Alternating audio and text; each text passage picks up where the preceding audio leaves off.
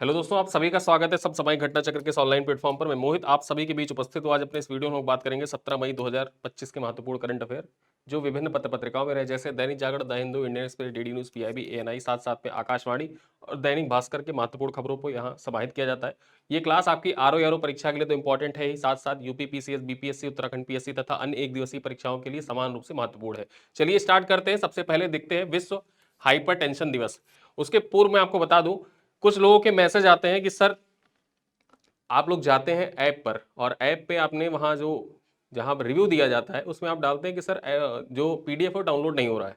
तो PDF download होने के लिए मैंने आपको बता रखा है कि जब आप हमारा कोर्स परचेज करते हैं, ठीक है, देखिए, जब आपने पैकेज को परचेज किया SSGCP, यहाँ पर जाके आप करंट अफेयर का पैकेज जब परचेज करते हैं, वीडियो लेक्चर के सेक्शन में जाते हैं और मैंने आपको बताया था, यहाँ पर आपको दिख जाएगा मई महीने का पैकेज। इस पैकेज को जब आप ज्वाइन करते हैं, मई महीने के पैकेज को, तो यहाँ ऊपर मैंने आपको बता रखा है कि जब आप ज्वाइन कर लें, ज्वाइन करने के बाद ऊपर यहाँ पर एक हेल्पलाइन नंबर दे रखा है, ठीक है, एक हेल्पलाइन नंबर दे रखा है। इस हेल्पलाइन नंबर पे आप कॉल कर दीजिए एक बार, आपको व्हाट्सएप कम्युनिटी में ऐड कर दिया जाएगा। बहुत से लोग होते हैं जिनके कमेंट अगर जो आप जाके पढ़ेंगे रिव्यू में, तो यही है कि सर देखिए, यहाँ पर कोई मिस है, उन्होंने बोला है कि सर पीडीएफ वीडियो बहुत अच्छा है बट ये समझ में नहीं आ रहा है कि हम पीडीएफ डाउनलोड कैसे करें। तो मैंने आपको बताया है कि आपको इस नंबर पे कॉल कर देना है, ठीक है, यहाँ पर आप जाइए, इस नंबर पे एक बार कॉल कर दीजिए, उसके बाद आपको व्हाट्सएप कम्युनिटी में ऐड कर दिया जाएगा जहाँ से आप पीडीएफ डाउनलोड कर सकते हैं। वहाँ पर देखा जाए तो सैकड़ों लोग जुड़े हुए हैं ऑलरेडी, आप भी वहाँ पर जुड़ जाएंगे, ठीक है। तो जो लोग भी जिनकी समस्या है, जो लोग बैच परचेज कर रखे हैं लेकिन अभी व्हाट्सएप कम्युनिटी में नहीं पहुंचे, तो प्लीज एक बार आप कॉल कर दीजिएगा, आपको ऐड कर दिया जाएगा। टाइमिंग क्या है कॉल करने की, आप 12 बजे से लेकर, ठीक, दोपहर 12 बजे से लेकर शाम 8 बजे के बीच में आप हेल्पलाइन नंबर पर कॉल करिएगा, आपको ऐड कर दिया जाएगा। चलिए स्टार्ट करते हैं, विश्व हाइपरटेंशन दिवस के बारे में चर्चा करते हैं। यहां पर चर्चा करें, हर साल 17 मई को विश्व हाइपरटेंशन दिवस मनाया जाता है। हाई ब्लड प्रेशर को लेकर जागरूकता बढ़ाने के उद्देश्य से इसको बनाया जाता है, ठीक है। जो हाइपरटेंशन दिवस है, इसको किस लिए सेलिब्रेट किया जाता है, यहां पर देखा जाए तो जो हाई ब्लड प्रेशर होता है ना, हाई ब्लड प्रेशर को लेकर जागरूकता बढ़ाने के उद्देश्य से ही हर साल जो 17 मई का दिन होता है उसको विश्व हाइपरटेंशन दिवस के रूप में सेलिब्रेट किया जाता है और WHO के द्वारा सेलिब्रेट किया जाता है, ठीक है, WHO, ठीक है। अब आपको एक चीज बताना है कि विश्व स्वास्थ्य दिवस कब मनाया जाता है। विश्व स्वास्थ्य दिवस, विश्व स्वास्थ्य दिवस कब मनाया जाता है ये आप बताइएगा कमेंट बॉक्स में। मैंने बताया भी अप्रैल महीने मनाया जाता है, ये इतना भी मैंने आपको बता दिया। अब इसके आगे आप बताइएगा कि कब मनाया जाता है। चलिए देखते हैं, वर्ल्ड हाइपरटेंशन डे को मनाने की शुरुआत जो हुई थी वर्ल्ड हाइपरटेंशन लीग द्वारा 14 मई 2000, ठीक है, 14 मई 2005 को की गई थी। यहां पर देखा जाए 14 मई 2005 को इसकी शुरुआत की गई थी और हर साल 17 मई के दिन, ठीक है, विश्व हाइपरटेंशन दिवस मनाया जाता है। चलिए आगे बात करते हैं, साल 2025 वर्ल्ड हाइपरटेंशन डे का थीम क्या है। इसका थीम देख लीजिए, major your blood pressure accurately, control it, live longer, ये इसका थीम है, ठीक है। थीम आपके परीक्षा के लिए इंपॉर्टेंट हो जाता है, major your blood pressure accurately, control it, live longer, इसका थीम है। इस बार का थीम जरूर इंपॉर्टेंट है आपके परीक्षा के दृष्टिकोण से, याद रखिएगा। चलिए आगे बात करते हैं, विश्व दूर संचार दिवस 2025। जो विश्व दूर संचार दिवस 2025 है इसके बारे में चर्चा कर लेते हैं। तो विश्व दूर संचार दिवस 2025 17 मई 2025 को देखा जाए मनाया जा रहा है, जो अंतरराष्ट्रीय दूर संचार संघ, ठीक है, अंतरराष्ट्रीय दूर संचार संघ की 160वीं वर्षगांठ का प्रतीक है। यानी कि इस बार देखा जाए तो 160वीं वर्षगांठ बनाई जा रही है किसका, अंतरराष्ट्रीय दूर संचार संघ का 2025 में। चर्चा कर ले 2025 के लिए यह दिवस डिजिटल परिवर्तन में लैंगिक समानता क्यों मायने रखती है विषय पर केंद्रित है। यानी कि थीम क्या है इस बार का, थीम आपके परीक्षा के दृष्टिकोण से इंपॉर्टेंट है, डिजिटल परिवर्तन में लैंगिक समानता क्यों मायने रखती है।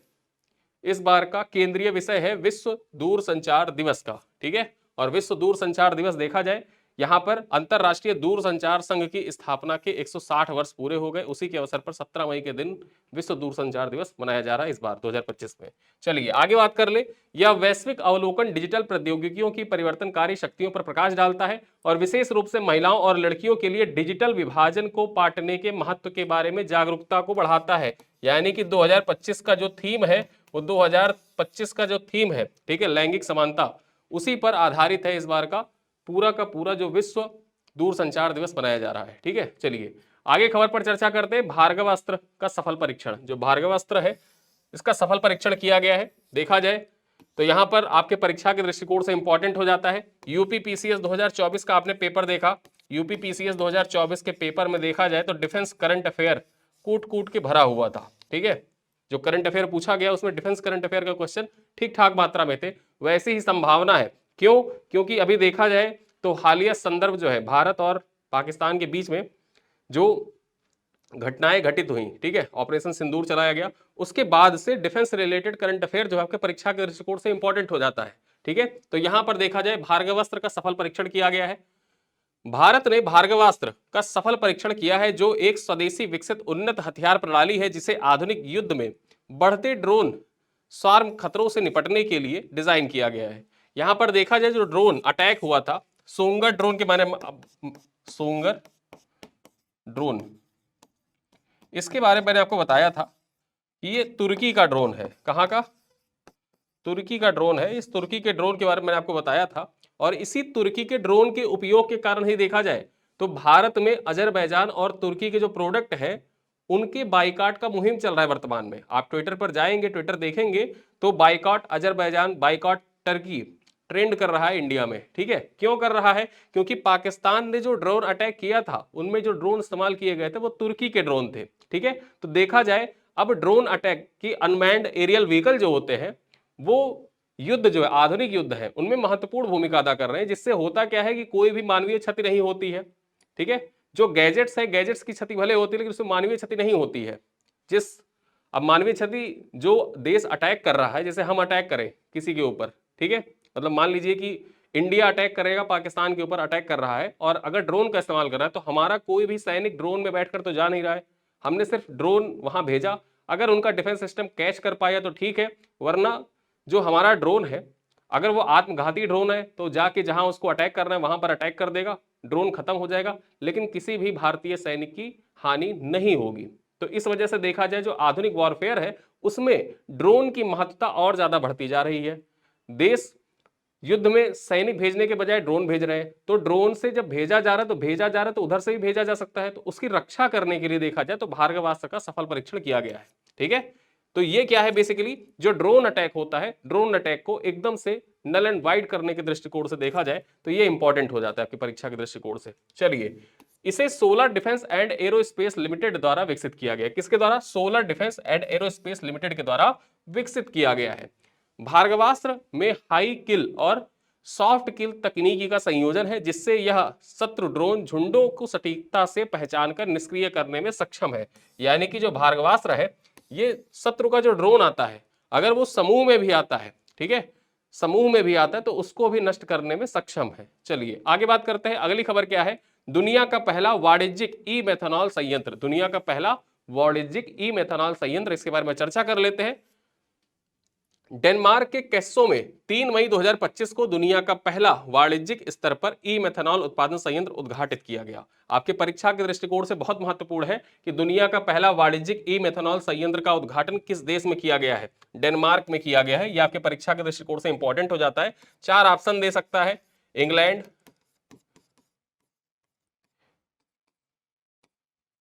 चीन,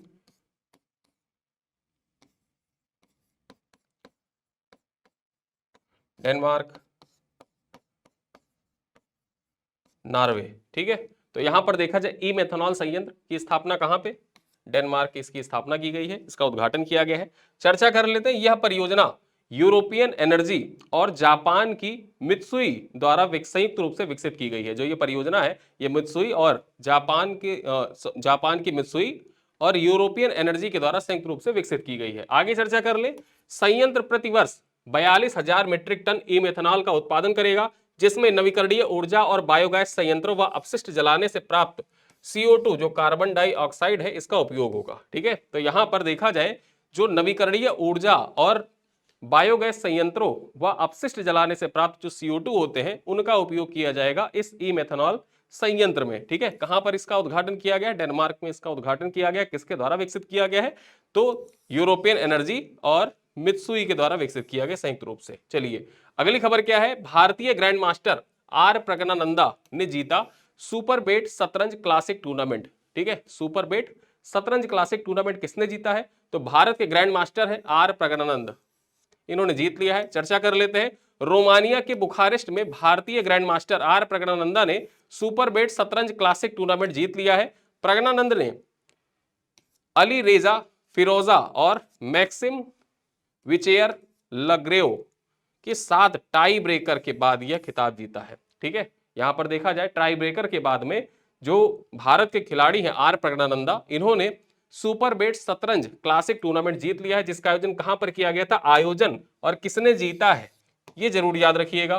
ठीक है, तो यहां पर देखा जाए रोमानिया के बुखारेस्ट में इसका आयोजन किया गया था और यहीं पर जो भारतीय ग्रैंड मास्टर है आर प्रज्ञानंदा, उन्होंने सुपर बेट शतरंज क्लासिक टूर्नामेंट जीत लिया है। चलिए आगे खबर पर चर्चा करें। यहां पर देखते हैं IIFT ने दुबई में अपने पहले विदेशी परिसर की स्थापना की घोषणा की है। ठीक है, IIFT जो है इसने दुबई में अपने पहले विदेशी परिसर की स्थापना की घोषणा की है। परीक्षा में डायरेक्टली आपसे पूछ सकता है कि IIFT ने निम्नलिखित में से किस स्थान पर, ठीक है, किस विदेशी शहर में अपना पहला विदेशी परिसर स्थापित करने की घोषणा की है। 4 ऑप्शन दे देगा, सिडनी, दुबई, अबू धाबी या न्यूयॉर्क। 4 ऑप्शन दिया, उसमें आप टिक कर दीजिएगा दुबई में। चलिए चर्चा कर लेते हैं। भारतीय विदेश व्यापार संस्थान ने संयुक्त अरब अमीरात के दुबई में अपना पहले विदेशी परिसर स्थापना की घोषणा की है। ठीक है, यानी कि देखा जाए जो भारतीय विदेश व्यापार संस्थान है ये अपना पहला विदेशी परिसर किस देश में स्थापित करेगा, तो ये संयुक्त अरब अमीरात के दुबई में स्थापित करेगा। अगर जो देश पूछ लेता है तो टिक कर देना संयुक्त अरब अमीरात, अगर शहर पूछ लेता है तो दुबई टिक कर देना। ठीक है, यहां पर सऊदी अरब में नहीं है दुबई, ये चीज आप दिमाग में बैठा लीजिए। कुछ लोगों के दिमाग में रहता है कि सऊदी अरब में है दुबई। ठीक है, सऊदी अरब में दुबई है, दुबई जो है वो सऊदी अरब में नहीं है। दुबई कहां पर है, UAE में है। ठीक है, चलो आगे देखते हैं। IIFT की वैश्विक उपस्थिति के विस्तार और अंतरराष्ट्रीय व्यापार प्रबंधन शिक्षा में भारत की भागीदारी को मजबूत करने की दिशा में ये एक महत्वपूर्ण कदम है। ठीक है, तो यहां पर देखा जाए आपकी परीक्षा के लिए IIFT इंपॉर्टेंट हो जाता है, इसका पहला विदेशी परिसर। और अक्सर UPPCS ऐसे सवाल पूछता है, जब आप PYQ एनालाइज करेंगे ना, तो PYQ एनालाइज करने के बाद आपको एक चीज पता चलेगी कि करंट अफेयर के सवाल जो होते हैं उसकी प्रकृति कैसी है। वो अपने सवालों को जो पैटर्न होता है ना UPPCS, उस चीज को फॉलो करता है। आपको मैंने पहले ही बताया था। जैसे आपने एक चीज नोटिस किया होगा, आपने देखा होगा RO की जो परीक्षा हुई, PYQ हुई है 11 फरवरी को परीक्षा हुई थी। ठीक है, 11 फरवरी 2024 को RO का एग्जाम हुआ। उसके बाद दिसंबर में UPPCS का एग्जाम हुआ। लगभग देखा जाए 11 महीने के अंतराल पर एग्जाम हुआ UPPCS का प्रीलिम्स का एग्जाम 2024 का। उसमें जो करंट अफेयर के क्वेश्चन आए थे लगभग मिलता जुलता क्वेश्चन आया था RO से संबंधित। जैसे मैं एक उदाहरण ही बताता हूं, एग्जाम्पल। RO में एक क्वेश्चन पूछा गया था, क्रमानुसार व्यवस्थित करें। ठीक है, और जो लोगों का निधन हुआ था, ठीक, निधन से संबंधित सवाल आया, उसको क्रमानुसार व्यवस्थित करने के लिए पूछा। अब वो था निधन का सवाल। ठीक है,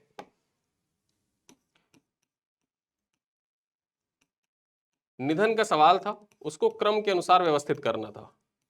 अब क्रम के अनुसार व्यवस्थित करना था, तो यहां एक पैटर्न पता चला कि कोई भी ऐसा सवाल पूछ सकता है जिसको क्रोनोलॉजिकल ऑर्डर में आपको सेट करना हो सकता है। UPPCS प्री में क्या पूछ लिया, ठीक, प्री में क्या पूछा,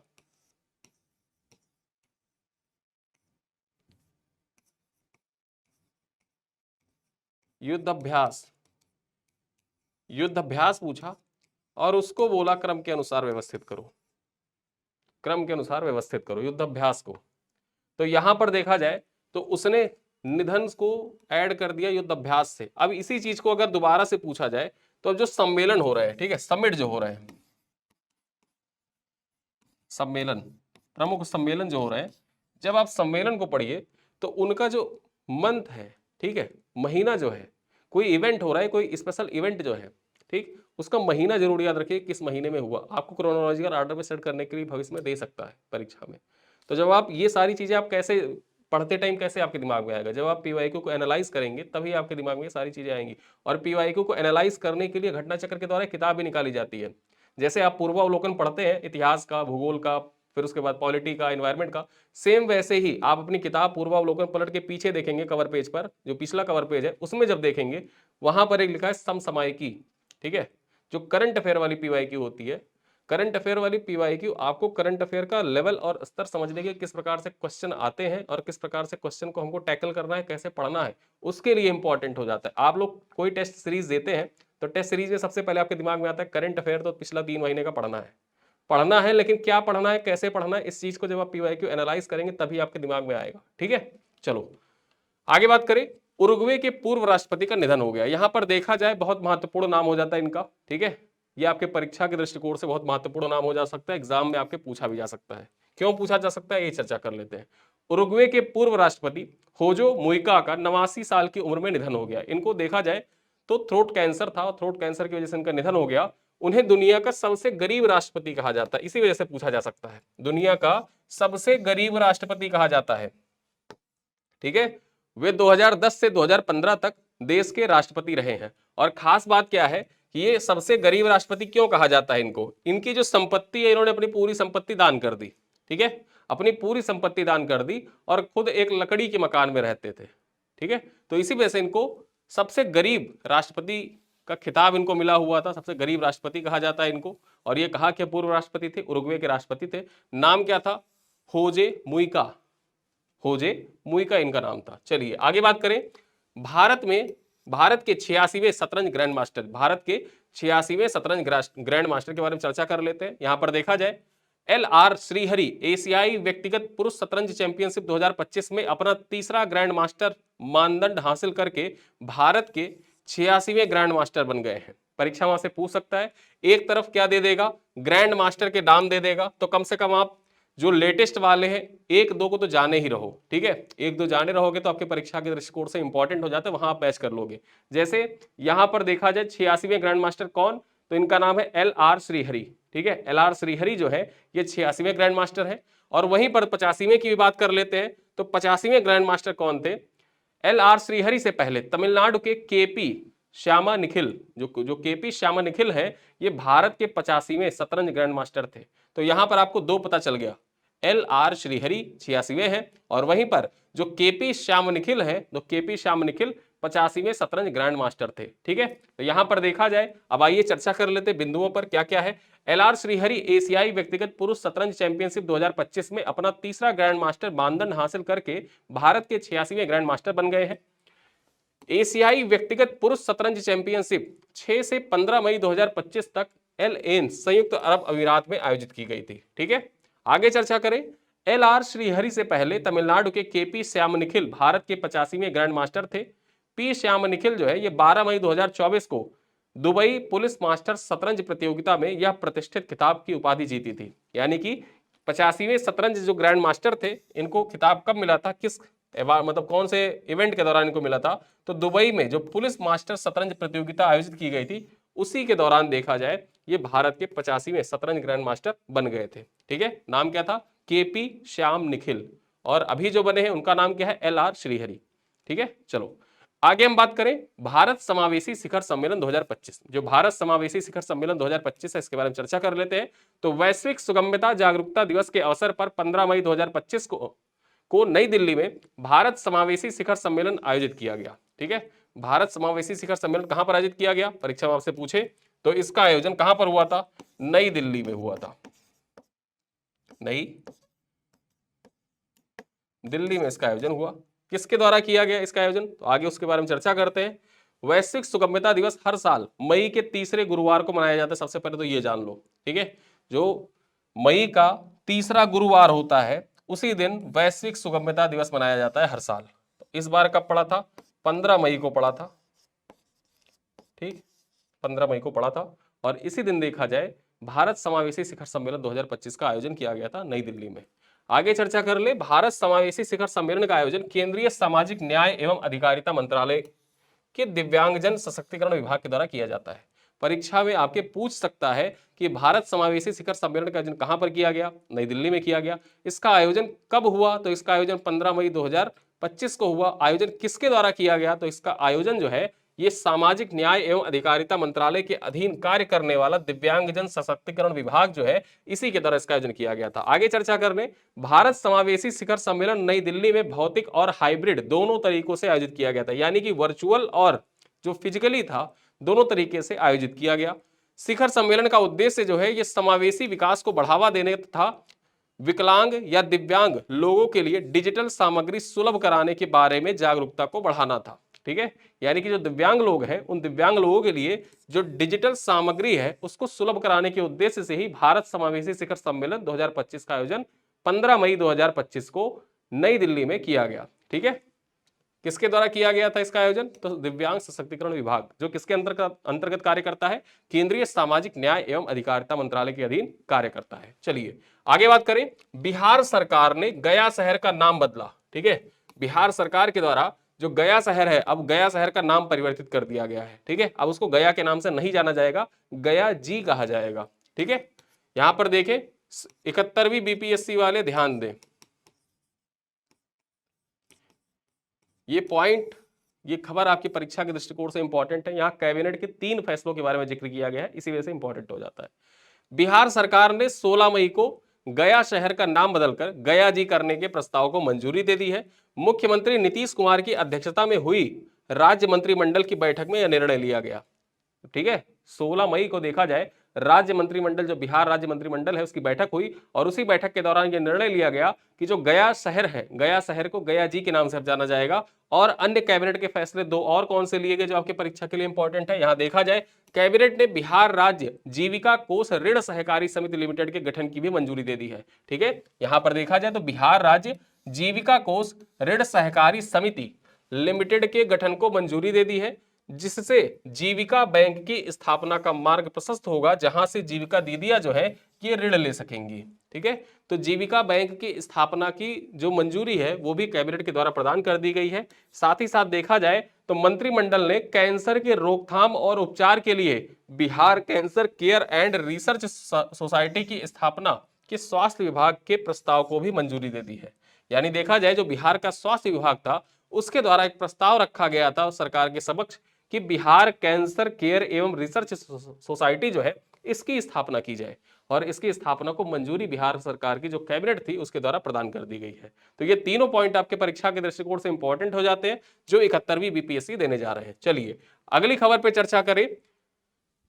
विश्व प्रेस स्वतंत्रता सूचकांक में भारत 151वें स्थान पर। ठीक है, वर्ल्ड प्रेस फ्रीडम इंडेक्स जो है उसमें इंडिया का कौन सा स्थान है?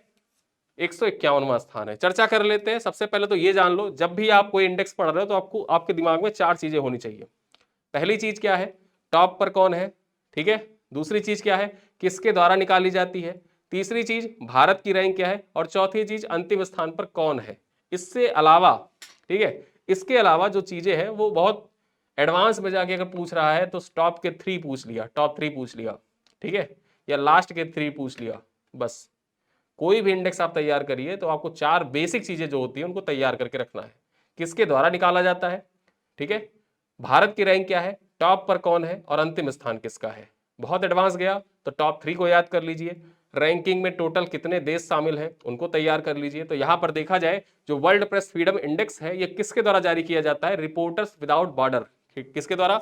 रिपोर्टर्स विदाउट बॉर्डर के द्वारा 180 देशों में किए गए सर्वेक्षण के अनुसार विश्व प्रेस स्वतंत्रता सूचकांक में भारत की रैंकिंग पिछले वर्ष यहां पर देखा जाए 159 स्थान थी, और इस बार कितना हो गया है? 151 हो गया है। ठीक है, 159 थी लास्ट ईयर और इस बार 151 हो गया है। ठीक है, चलिए आगे चर्चा करें। फिनलैंड, एस्टोनिया और नीदरलैंड इस सूचकांक में शीर्ष 3 है, यानी कि परीक्षा के दृष्टिकोण से इंपॉर्टेंट हो जाता है। पहला स्थान किसका है? फिनलैंड का है। ठीक, फिनलैंड जो है ये फर्स्ट है, और वहीं पर लास्ट की बात कर रहे एरिट्रिया है।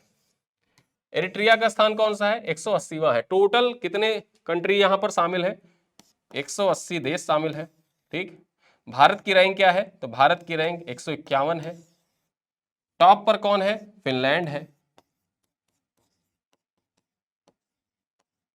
लास्ट में कौन है? एरिट्रिया है लास्ट में। किसके द्वारा निकाला जाता है? तो रिपोर्टर विदाउट बॉर्डर के द्वारा निकाला जाता है। बस यही 5 पॉइंट आपको याद रखना है। ठीक है, यही 5 पॉइंट आपको याद रखना है, इतने में आपका पूरा सूचकांक तैयार हो जाएगा। चलिए आगे देखें। न्यूयॉर्क सीनेट में भारतीय संविधान वर्षगांठ का प्रस्ताव। देखा जाए भारतीय संविधान वर्षगांठ जो 75वीं वर्षगांठ मनाई जा रही है, तो 75वीं वर्षगांठ बनाने के लिए जो न्यूयॉर्क का सीनेट है वहां पर एक प्रस्ताव रखा गया जिसको मंजूरी प्रदान कर दी गई है। चर्चा कर लेते हैं पॉइंट पर। पहली बार न्यूयॉर्क स्टेट सीनेट ने भारतीय संविधान की 75वीं वर्षगांठ के मौके पर एक प्रस्ताव को औपचारिक रूप से स्वीकार किया है। ठीक है, यह पहली बार है कि भारत के संविधान से संबंधित कोई प्रस्ताव स्वीकार किया गया है। आपके परीक्षा के दृष्टिकोण से इंपॉर्टेंट हो जाता है और हो सकता है कि आपके परीक्षा में पूछ भी ले।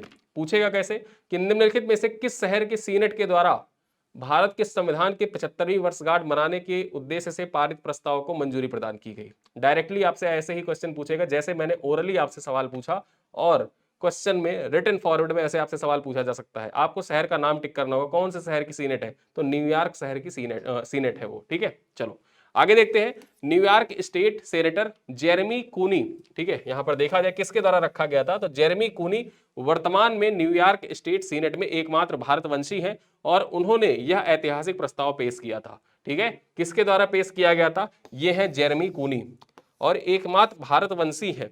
ठीक है, एकमात्र भारतवंशी हैं जो न्यूयॉर्क की सीनेट में वर्तमान में अवस्थित, मतलब वर्तमान में मौजूद है, और इन्हीं के द्वारा भारतीय संविधान वर्षगांठ जो 75वीं वर्षगांठ है उसके लिए प्रस्ताव रखा गया था जिसको सीनेट के द्वारा मंजूरी दे दी गई है।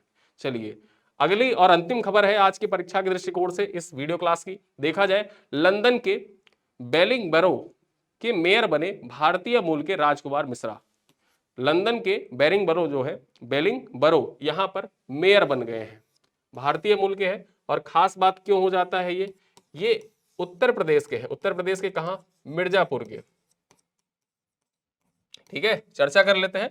उत्तर प्रदेश के मिर्जापुर जिले के छनबे क्षेत्र के भटेवारा गांव निवासी मुन्नालाल मिश्रा के बेटे राजकुमार मिश्रा लंदन के बेलिंगबरो शहर में मेयर चुने गए हैं। ठीक है, यहां पर मिर्जापुर 2 बार लिख गया है, मिर्जापुर एक ही बार होगा। तो यहां पर देखा जाए आपकी परीक्षा के दृष्टिकोण से इंपॉर्टेंट है, ये इनका नाम इंपॉर्टेंट हो जाता है आपके परीक्षा के दृष्टिकोण से। छानबे क्षेत्र जो है मिर्जापुर का, वहीं के निवासी हैं। ठीक है, नाम क्या है इनका, राजकुमार मिश्रा। कहीं कहीं आप न्यूज़पेपर में देखेंगे तो राजकुमार को प्रिंस मिश्रा लिखा हुआ है, जैसे अमर उजाला न्यूज़पेपर है।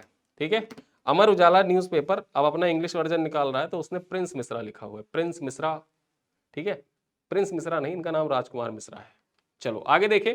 वह 5 साल पहले लंदन में एमटेक करने के लिए गए थे। पढ़ाई पूरी होने के बाद उन्होंने वहीं पर नौकरी करना शुरू कर दी। इसी बीच उनकी जो रुझान था वो राजनीति में बढ़ा, जिसके बाद राजकुमार ने ब्रिटेन की नागरिकता ले ली। उन्होंने लेबर पार्टी में शामिल होकर चुनाव लड़ा। सबसे बड़ी बात क्या है, यहां पर जो बेलिंगबरो है यहां से मेयर चुने गए हैं, किस पार्टी से मेयर चुने गए हैं, ये नाम याद रखिएगा। इनका नाम राजकुमार मिश्रा, कहां के रहने वाले हैं, मिर्जापुर के रहने वाले हैं। कहां पे ये मेयर चुने गए हैं, लंदन के बेलिंगबरो में मेयर चुने गए हैं। और किस पार्टी से मेयर चुने गए हैं, यहां पर देखा जाए तो ये लेबर पार्टी से मेयर चुने गए हैं। ठीक है, इस करंट अफेयर के न्यूज में इतने ही पॉइंट आपको याद रखने हैं।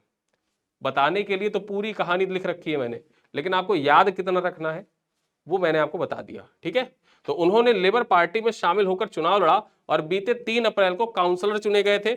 इसी जीत के बाद 12 अप्रैल को देखा जाए तो पार्टी की तरफ से उनको वेलिंगबरो शहर जो है वहां का मेयर चुना गया। तो आज की परीक्षा के दृष्टिकोण से जो महत्वपूर्ण न्यूज़पेपर में रही खबरें हैं उन पे हमने चर्चा की।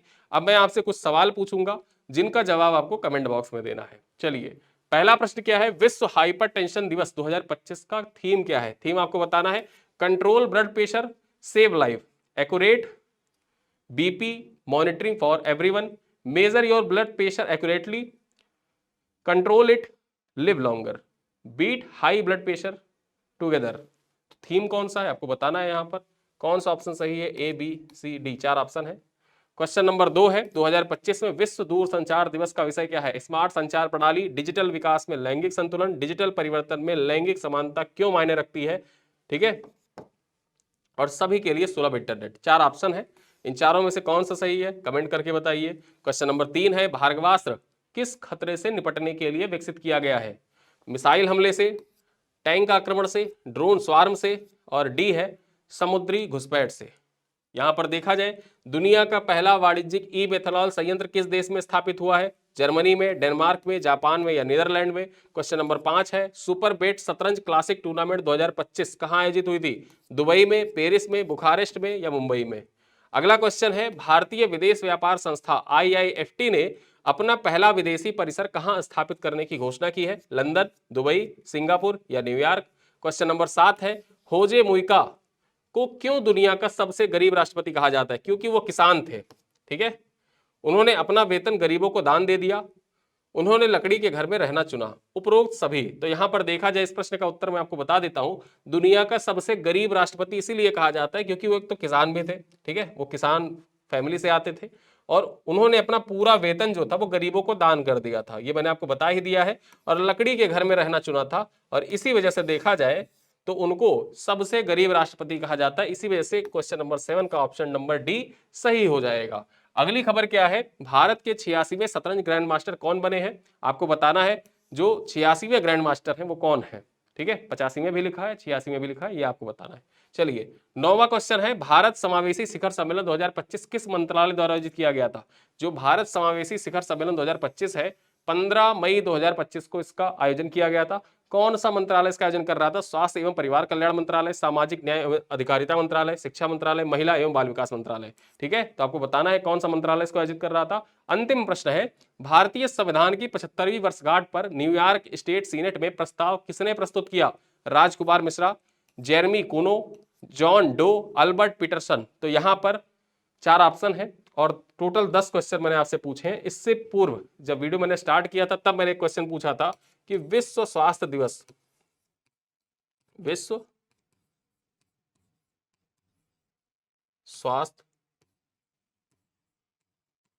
दिवस